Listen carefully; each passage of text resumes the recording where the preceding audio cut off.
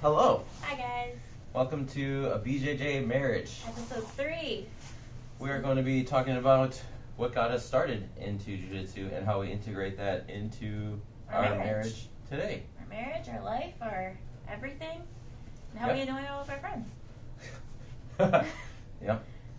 Yes, how we joined the cult, right? It is called a cult for a lot of people. You put on pajamas, you go try to strangle each other. You can't. But it's so fun! It doesn't sound like a cult when I say that, right? Like, this just sounds fun. That's exactly what a cultist would say. I know. Actually, Master Sauer was just telling my dad when he was in Brazil getting his second stripe that his family actually decided not to take part in jiu-jitsu, like his children and his wife and everything, because they saw how much it consumed Master Sauer's life, and they didn't want that, because it really does.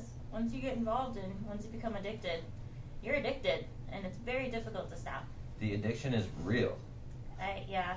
So I said in episode 2 that I'm actually injured right now. So I'm on week 3 and 1 day. So I'm on 22 days now of not training, and I feel like I'm having withdrawals. It's a very interesting experience.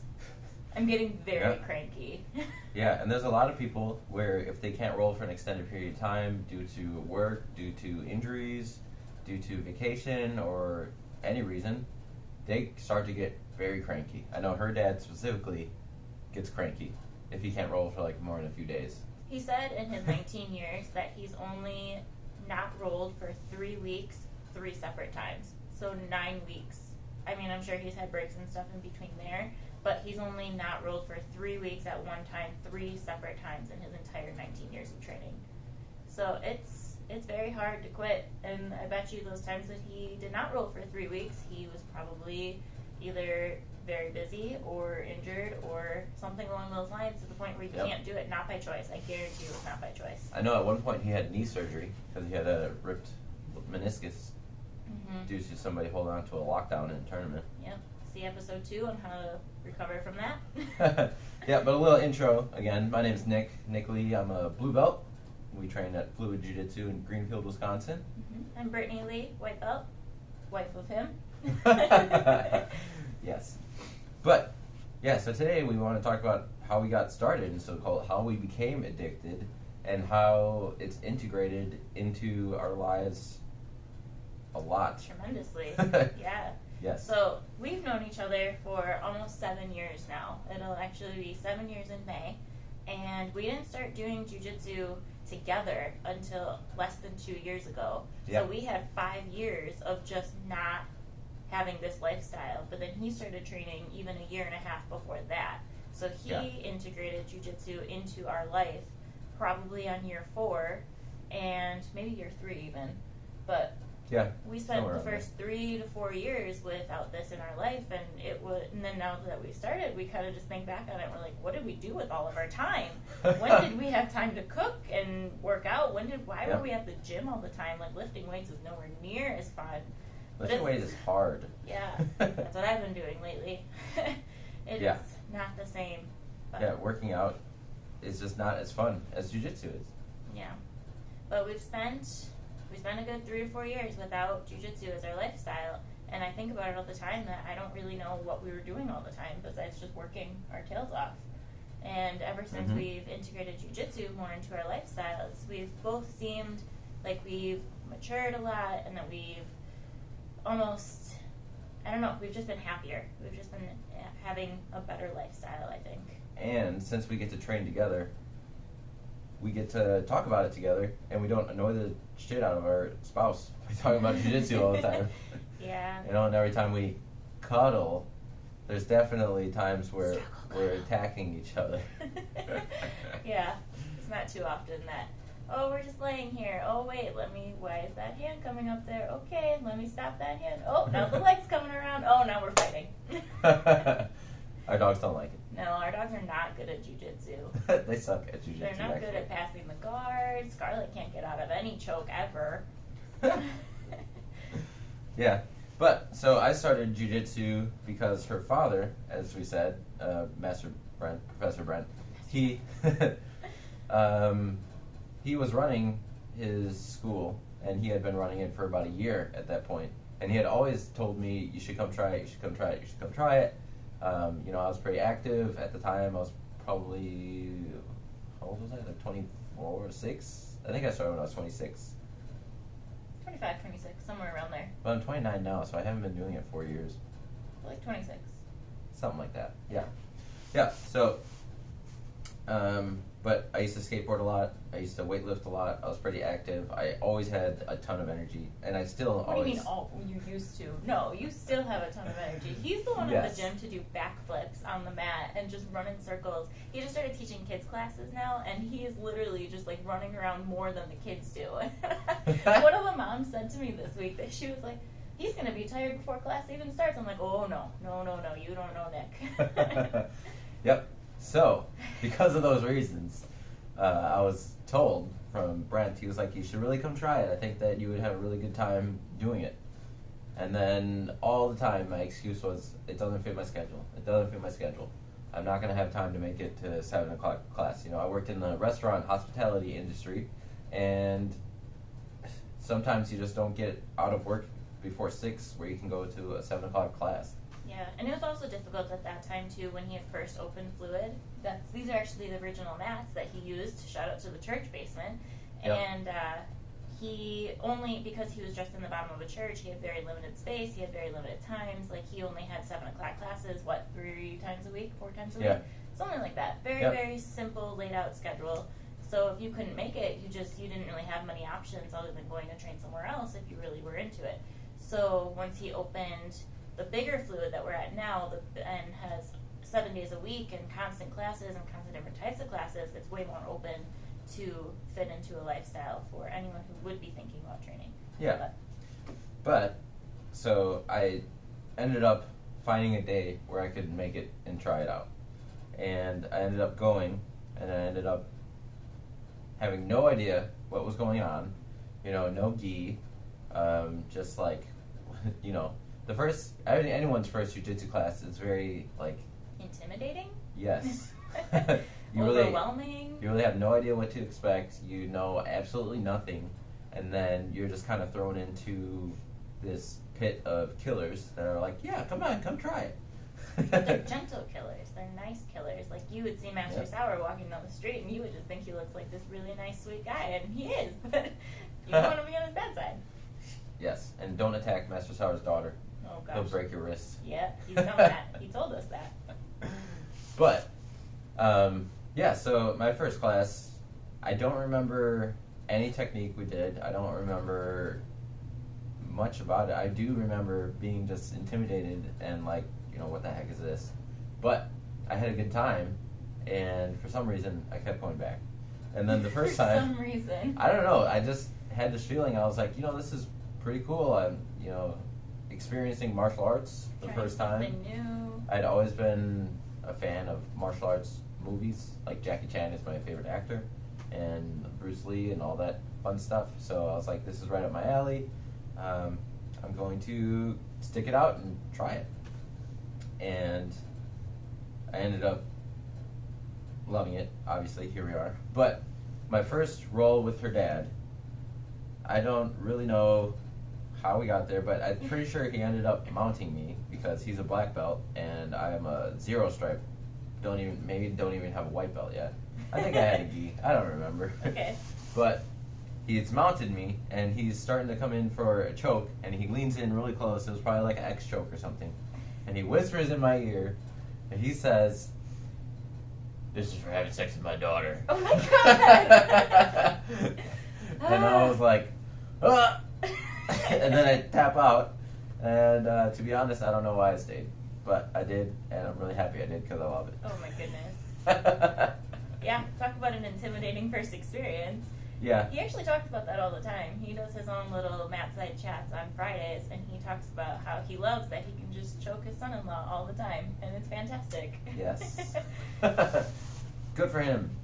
They're very close, by the way, for those of you who don't know that. They actually really do like each other. Yeah. They're going on a vacation without me in April. I'm a little upset about it. Yeah, it sucks for you. Yep. Yes, but, I mean, that was a super intimidating first experience with jiu-jitsu, but I really did enjoy the physical aspect of it and also the mental aspect of jiu-jitsu. And, you know, I stuck with it. I kept adding more and more to my schedule, and now I'm just there, like, literally every day of the week at this point. I was thinking about that today when you were there, and normally Sundays and Mondays are off days, and I do it in quotation marks because he's now started to do privates on Sundays, so he's going on his off day to do that, and then Mondays he still goes to noon while I'm at work. So even though we don't go at night like we do all the other days of the week, but he's there 7 days a week now. He's crazy. It's fun. It's great. Yeah. And as we talked about, you know, I pick my days where I'm rolling harder. I pick my days when I'm rolling lighter. You know. So what would you say, as when you first started, what do you think was the thing that kept you there the most? Like, why did you want to keep coming back? I got lots of positive reinforcement when I was beginning, where people were like, "Oh, you're moving well," and they would teach me a thing here or there, and I started to add up things, and I got lots of positive reinforcement because people could see that I was catching on to what they were teaching me. So that was very helpful. And I think I also love the physical aspect, and I've always wanted to do martial arts my entire life.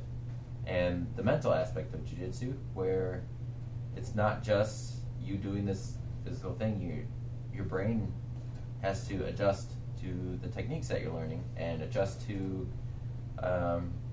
build new habits of jiu-jitsu, really. And I enjoyed all of that growth and expansion, and the camaraderie of our dojo is also fantastic. There's some really cool people. The culture that has been built at our gym is just really great, and everybody helps each other out.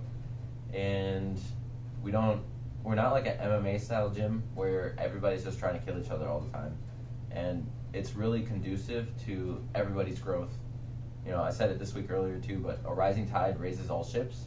And when everybody is just in a good state of mind, there's really no room for bad blood to seep into the crew and, you know, split each other apart or discourage people from coming back to the gym. So it's been great for us. Yeah, the culture is just fantastic. It's definitely what is keeping a lot of people there, I would say. And that's probably my favorite reason that I train, to be honest, is I just love the people that we train with.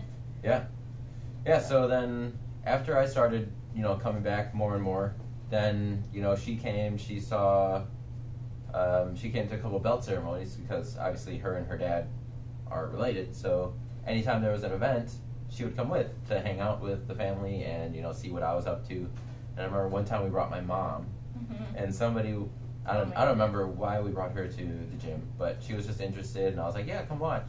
And then one of our friends was training for an MMA fight, and he got punched in the face on accident, and he had like a real bad bloody nose. And then, of course, my mom, being there for the first time, was like, "What are you doing? There's people bleeding everywhere. Why is my son doing this sport?" I specifically remember at one of his competitions, and she was standing behind me, and I was trying to record, so I think it's actually in the video, but she was like, "He better not hurt my son." And I'm like, "Oh, he's actually trying to hurt your son, and your son is, he's there to try to defend it, so sorry, tough love." It's okay, I'm pretty sure I won that match. Probably. No. But yeah, so that was pretty funny. But yeah, so she would be involved in the events. She would come and watch, and she started to get to know a couple of the people. And every time, her dad would always be, "When are you going to train? When are you going to train?" Yeah, so that kind of leads into my training experience. So basically, as I've said, my dad started 19 years ago, so he brought it into our family life a very long time ago. So 19 years ago, I was almost 7. I was 6 or 7. And he wasn't training a ton because jiu-jitsu 19 years ago was way different than it is now. So I can't speak for him at all on how he was training and what his style was, but that's the gist of it, is that he brought it into my life a very long time ago at a very young age. But 19 years ago, like I said, I was very young, and there wasn't kids programs like there is today. Maybe some gyms had it, but our gym... I don't think so. There was basically like Henry Matamoros. Yeah. And he had a gym, and that was basically it if you want to learn jiu-jitsu. Yeah, so I remember he told me, he was like, "You should come train." And I was like, okay, I'll have fun with that. So I went to Henry Matamoros' gym with my dad, and I would go roll with all these big, giant, sweaty men. and I hated it. And how old were you? I was like 6 or 7. And How much did you weigh? I don't know, how much does a 6 or 7-year-old weigh? 50 pounds, 60 pounds? Something tiny, going against these 200-pound men who also probably have no idea what jiu-jitsu is because it was so new at the time. So Yeah. it was, I specifically remember I went a couple times and then I told him, I was like, I don't want to do this anymore. It's not fun for me. I would rather do soccer. So I continued on soccer. And I just played soccer where no one could touch me and it was just me and a ball. And I guess that really turned me off of it for a really long time because I had that experience as a kid. And it really wasn't until my dad decided to open his own gym that I started kind of thinking about it again. But then again, deep in my brain, I was like, I don't want to experience that again. That wasn't fun for me. Yeah, your anchor to your experience of jiu-jitsu followed you throughout your life. And every time you thought about jiu-jitsu, you thought about that time you got smashed by some 200-pound man as a child that you have no idea what to do. Yeah, it was very intimidating. That's the best word I can say.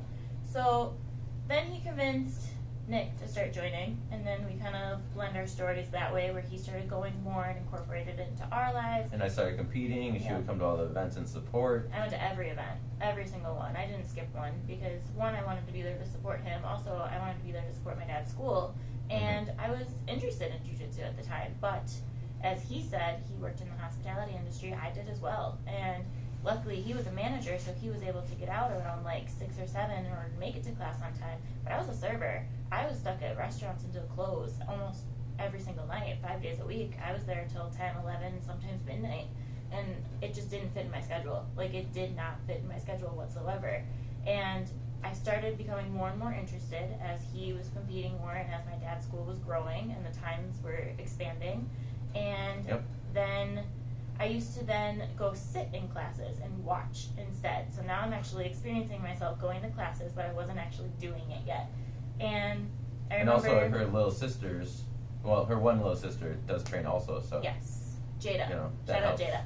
She's what, 13? She's 12 now. She's going to be 13 in a couple months, but she's been training for a couple years now. She's a gray with a black stripe, so she's almost on her next belt. Yeah, so she'd either come hang out with her sister and watch class together, or hang out and just watch me, or just hang out. Yeah. And so because I was working nights, I went to the noon classes because as he was expanding, the noons opened. And I went to the noons and watched. And I remember my very first class because my dad every day would ask me, he'd be like, when are you going to come train? When are you going to come train? And I'm like, I will soon. I just don't know when. I haven't decided. And then one day I didn't tell him. And I put on one of his rash guards because I didn't own anything. Put on one of his rash guards and I was wearing a sweatshirt. And then my dad asked me at noon that day, he was like, when are you going to come train? And I opened my jacket like Superman and I was like, today. Today's the day. And he was like, really? And that was the day that we learned scissor sweeps. Oh my And gosh. I specifically remember crying because I was so frustrated because I did not understand how a frickin' scissor sweep was working. And I don't know how I was convinced to come back after that, but it was awful. But that's how I kind of got started. How often do you use scissor sweeps today? Every roll. Every single roll. It's kind of my favorite sweep now. Oh, go figure. Yeah. But yeah, that's how I got started. I just kept going and kept getting more and more interested, and finally just one day I ripped that Band-Aid off and got over my intimidation fear, and now here I am, a year and a half later, and withdrawing from not being able to roll. Yeah, because you're addicted now. Yeah, it's a little bad. So she started coming to class, and then there's this beautiful thing that happened where we got married. But obviously we had been living together at that point already, and we were able to integrate our schedules to allow us to go to class together multiple times a week.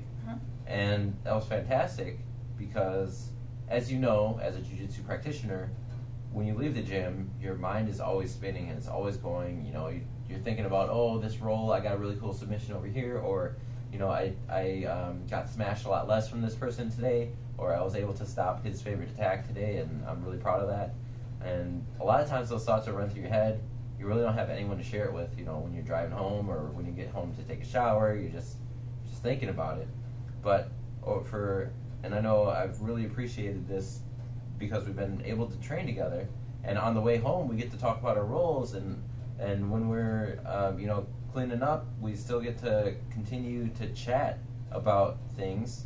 And, you know, so she might ask a question, I might be able to give her a tip, or our brains can still operate in a jiu-jitsu mindset at home while we're cleaning up and, you know, making dinner together. That conversation typically happens for an extra at least hour after the gym is done.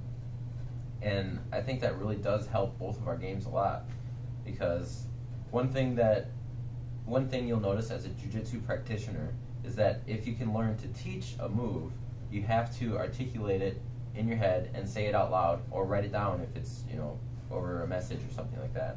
And being able to break things down into those steps cements it into your brain like 100 times more for you to do when you're actually doing it. So it helps me when I'm helping her out, and then it also helps her because we're still using our jiu-jitsu brains to continue our growth even though we left the gym. You know, it's like training with interest. Yeah, I 100% agree with that. I was also going to say, too, that it almost kind of puts us both in check, too. And I'm very grateful for the fact that he does have way more experience than me, not just because he can help me, but then we have very different points of view on it, and we can both share our experiences rather than us both being a 3-stripe white belt or us both being a 3-stripe blue belt, and then those games there are just so far away from each other that he can tell me about some things that he's doing. I'm like, oh my god, I have no idea what that even is. And then I'll tell him about stuff that I've done. He's like, oh yeah, I remember when I used to do that. And it's just kind of cool to think about how it evolutionized in our own, I guess, just lifestyle and marriage too. And I guess it gives me better hope and more motivation knowing that, okay, well maybe in 2 years I'll be where he is now. And then he can probably think about like, oh yeah, I remember when I was doing that. So maybe here's some tips that will help you type thing. And it's very cool that we're at different stages in our jiu-jitsu career, but we're still able to balance each other out really well. Yeah. Yeah, it's super fun. And like I said, I do love helping people and teaching people. My profession currently is I'm a life coach, and I'm coaching at jiu-jitsu, and I'm just helping people out as much as possible, trying to add value to people's lives. And being able to do that with my wife, with something she's interested in and I'm interested in, it really deepens the connection that we have with each other, which I'm super grateful for, because at all times we always have a connection there, baseline. Even if she's like upset at me or something, you know. The mats don't lie, and whenever we're training together, none of that ever comes into play. And a lot of times it helps soothe any bumps that, you know, come up in any sort of relationship. And I also am grateful for it too, because as he was saying, it gives us a chance to work together and be together more. Because before we started this, I was working until midnight on weekends and almost every night of the week, and so we never really saw each other. He was going to the gym and I was at work, and then the next morning I would sleep in because I was at work so late, and then he would go to work, and then our schedules just never aligned. So we saw each other for maybe an hour a day when we were eating dinner at the end of the night, and that was about it. But ever since we've been able to train together, we've gotten more time together, and obviously we're not attached at the hip. When we're at the gym, we definitely roll with everyone, and we are working with different partners. I actually very rarely work with him. Yeah, she doesn't like working with me. I don't like working with him. She thinks I'm a bully. He beats me up all the time. But no, he's very, very good at jiu-jitsu. You do it to yourself. I think it's intimidating to roll with him. Because obviously he's so much better than me. But I see ourselves as equal in the household, but we're definitely not equal on the mat. So there's a little gap there. It's a little frustrating when I can't submit him and I really want to. But maybe we'll get there one day. That's okay. I know the gap is going to close up as you start to get, you know, your blue belt. Yeah, and I mean, like I said, the white belt and the blue belt, they're so far away from each other. Like, I feel, we were just talking about that every stripe on a white belt is pretty much, you're just a whole new person. And then same with a blue belt, you're still very new in the game. Like, every stripe on a blue belt is also, your game is so much different from your third stripe than it was your second. But I don't care about stripes anymore. Nowhere near as it is with the white belt. So when you see us and we have the same number of stripes but completely different colors, I mean, there's just so much difference there. And hopefully one of these days we'll be able to roll a little bit more smoothly. But I know that once you're purple and I'm like brown or black, we're gonna be much closer. definitely, Yes. it's already gotten much smoother in the past probably the last 6 months. It's been easier to roll with him. Yeah, but a lot of the things that I teach her, obviously, I know what's going on, so she tries it on me, and it doesn't work because I use the counter move I didn't teach her.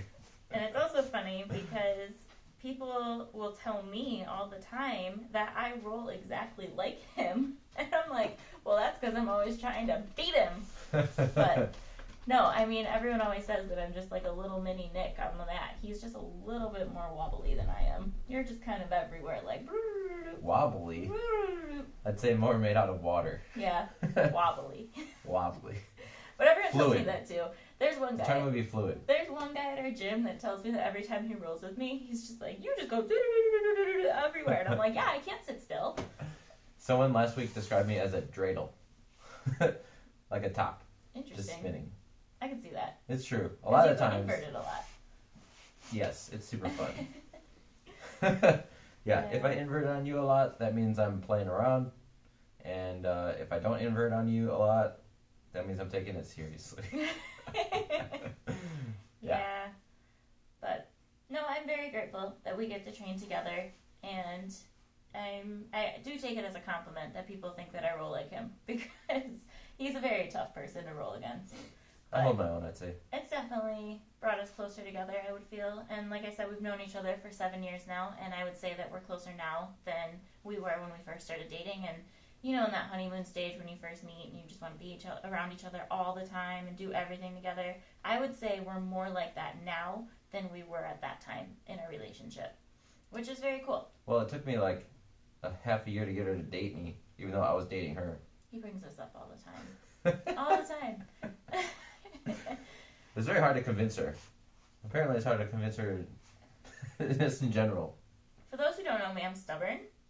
Very stubborn. You? So, yeah. No. No. Just kidding. But, yeah. I mean, it did take a while, but look where we are now. I think we're happy.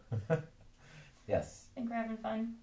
But if you guys are thinking about training and you're trying to get your spouse engaged in it and involved with your jiu-jitsu lifestyle, I would really highly suggest trying harder. Double down, okay? Especially if you're a guy and you're trying to get your wife to come train, talk to me. I can get her to probably come train, because I literally convince so many girls all the time that I personally need training partners. Because, I mean, I've talked about this in the other episodes too, where we have over 100 members, and I would say about 15 to 20% of them are females. It's not like we're just like three girls and we're done, but our female to male ratio is very low, and rolling with females is just different. And I really do think that every woman should train, because they should learn how to defend themselves, and it's just a different feeling rolling with a woman than it is a male.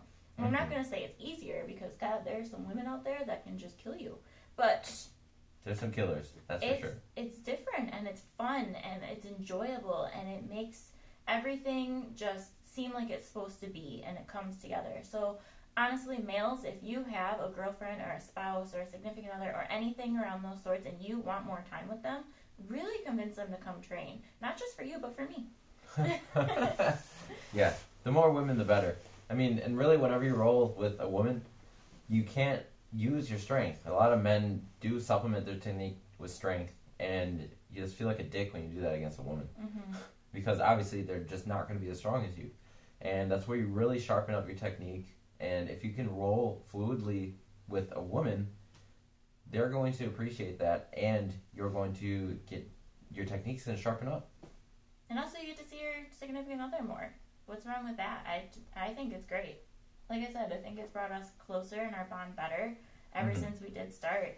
And like I said, we're not attached at the hip. We don't train together all the time, but just that presence of being able to be in the same room together, to be able to work together when we choose, to be able to give each other a look from across the room and know what we're talking about. Like, it's a unique experience, and I really do think that you guys should try it if you can. It's super fun. Mm-hmm. And you get to freaking choke your wife out when she makes you mad. Yeah. No, that's not a thing. I don't know why I agreed with you on that. No. I tricked her. But We incorporate it into our lifestyle a lot. Like I said, we go a lot during the week. He's there 7 days a week. I'm there 5 days a week. We talk about it when we're at home, and we train with our dogs very little. You can see we have our home gym right here that we're at. Like, we have incorporated jujitsu so much into our lives that it's, I don't know, it's just enjoyable. I wouldn't even say it's a bad passion. thing. It's just, that's why we try to get our friends to do it too, because then we can enjoy our passion and our lifestyle with them too. And a couple of our friends really have joined, and our friendships have strengthened because of that. Ben and Martha. Gustavo. Yeah. I mean, Gustavo, well, I'm trying to get his wife Desiree to come. She's my best friend, and she won't even train with me. But it's not for everyone. I get it. But no, Gustavo, our relationship with him has grown so much. Ben and Martha. I just got my friend Kayla to join. I could go on and on about a list, but I love it when we can get our friends in there too, because then we get to spend more time with them as well. And our lives are so consumed with our classes, and we don't like skipping. Like, we have our set routine, and it's very difficult to cancel those plans to go drink when, like, we give ourselves time on Sundays and Mondays, and then Saturday nights, and any night that we don't have plans to go to the gym, we do fill those days up to hang out with our friends and hang out with our family and make sure that we spend the time that we need to with other people. But our training schedule is our set training schedule. And I do not like saying, oh, it's a Wednesday night, maybe I should not go to class tonight. So Wednesday is no gi, okay? Yeah. And that's the thing about it. Like, I don't like skipping to just go drink or out to dinner or go do something else when that's my training schedule. So if we can get our friends that we're making those times for on our weekends and our Mondays and everything, if we can get them in the gym, then I'm not saying we'll stop hanging out with them on our off days, but it's just, it builds that relationship stronger, because then we can actually see them more. Builds camaraderie, builds connection. You know, that little small talk that you get to have, before class or after class, strengthens relationships. Absolutely. It's just super fun. I don't really know what else to say about it. It's just fun. It's super fun. I could go on and on and on for hours about why you should and don't know why you're not, but... Yeah, and as a woman in jiu-jitsu, the self-defense aspect is huge, and I have more faith in Brittany when I'm not around, A lot of husbands really do fear, when their wives are going to work, or, when you can't be there to protect your significant other. That can bring a real sense of anxiety for you, especially in today's day and age. But I know that through our training and through the skills that she's learning and developing, I trust her in public more than I have in the past. And I'm not saying, like, I'm this helicopter husband that's like, you can't go here, you can't go there. You're going to get attacked if you go down to wherever. But it's just a little extra peace of mind, because, part of being in a relationship is wanting to protect each other and, having each other's best interests in mind. And it really does help that I know that she can defend herself. Yeah, absolutely. And it's always good to know that when we're out walking in the streets in public, or whenever we're on vacation, places outside of home, outside of the United States, is not always typically the safest place in the world to be. So it's good to know that if something were to happen, not Haiti. Where were we? Fiji. That was an interesting experience. But it's good to know it.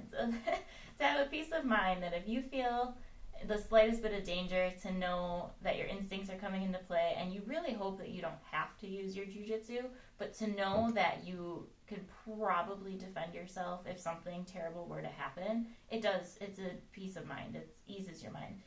Do you want to talk about our Fiji story? Oh my gosh. So in Fiji... Oh my goodness. We did not do our proper research, that's for sure.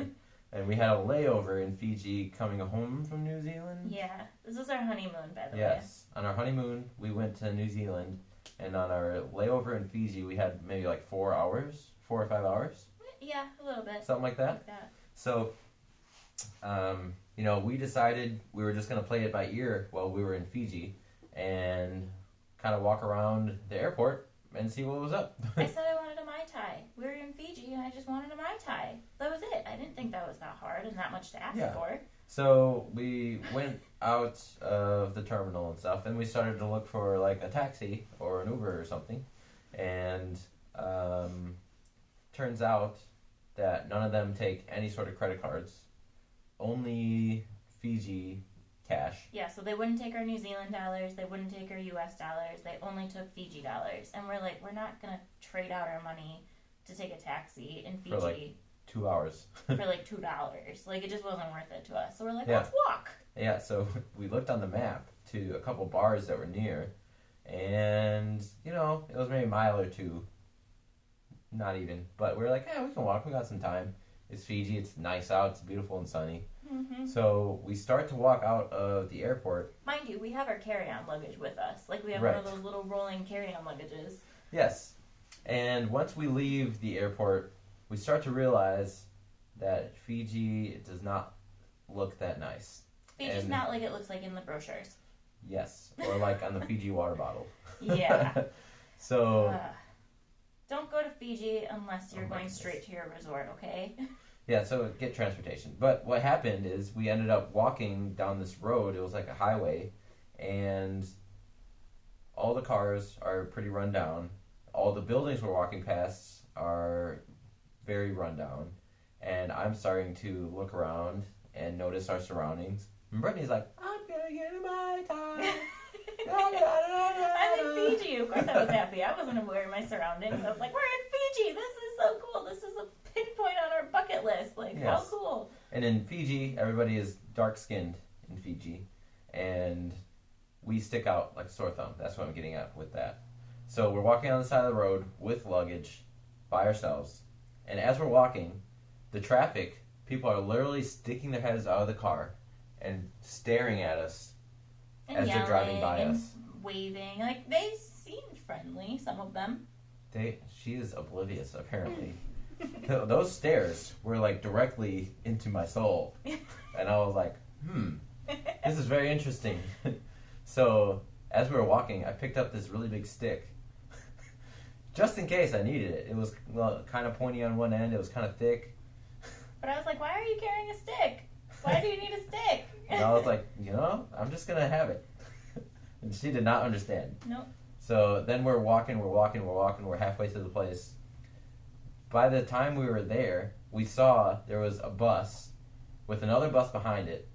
And there was people holding onto ropes outside the window from the first bus to the second bus so they could tow two buses with one engine. And they were just Carrying a people holding onto the rope out of the windows Mhm.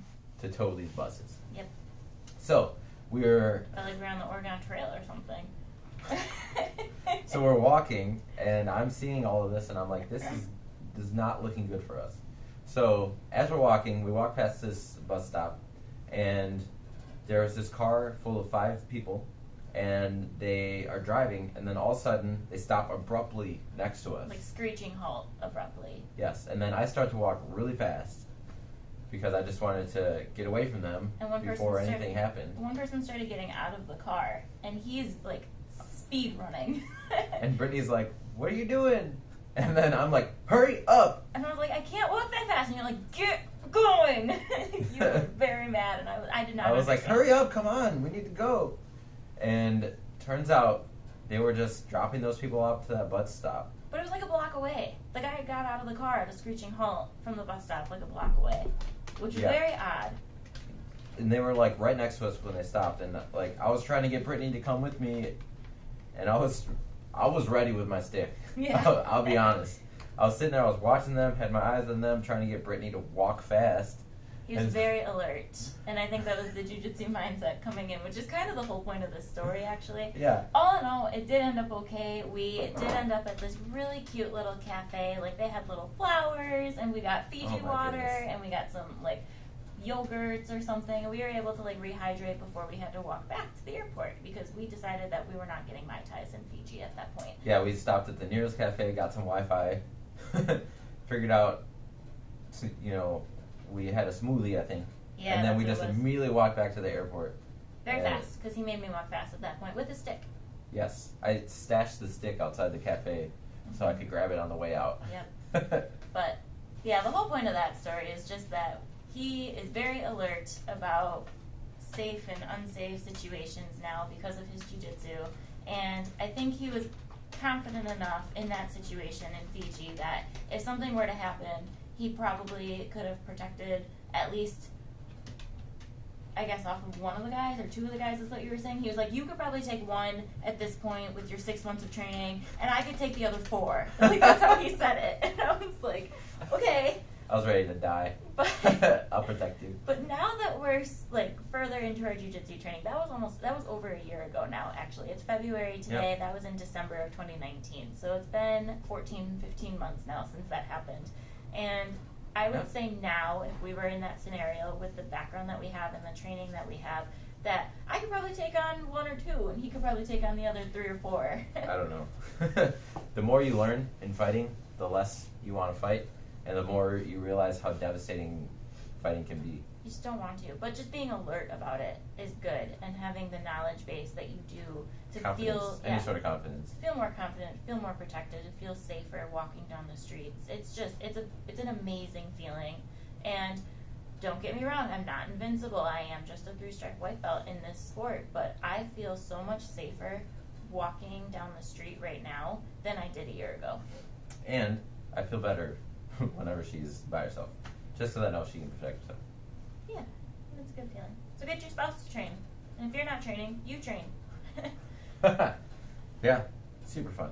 So many benefits to training. Definitely. But yeah, it's great for your definitely marriage.